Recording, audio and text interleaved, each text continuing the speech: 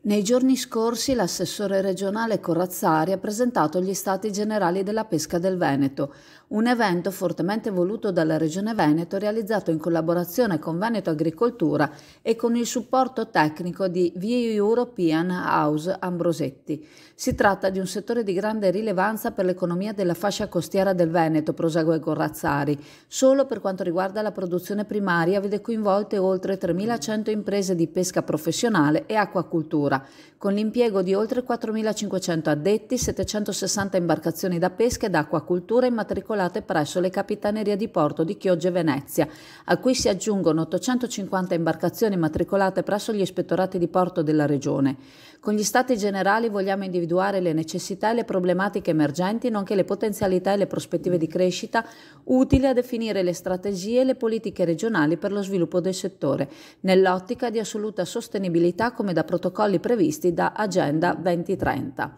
Serve intraprendere un percorso di crescita e di evoluzione comune per rafforzare le imprese, rendendole più resistenti e più resilienti rispetto alle pressioni in tema ambientale ed economico, continua, e che consenta alla pubblica amministrazione di sostenere chi è impegnato nel settore primario. La Regione Veneto è consapevole che nel settore della pesca e dell'acquacultura nei prossimi anni si potranno raggiungere importanti risultati. Gli Stati Generali della Pesca si svolgeranno dal 5 all'8 luglio 2022 nei principali centri pescherecci del Veneto, quindi Chioggia, Porto Tolle, Caorle e Venezia, con il pieno coinvolgimento del comparto della pesca e dell'acquacultura.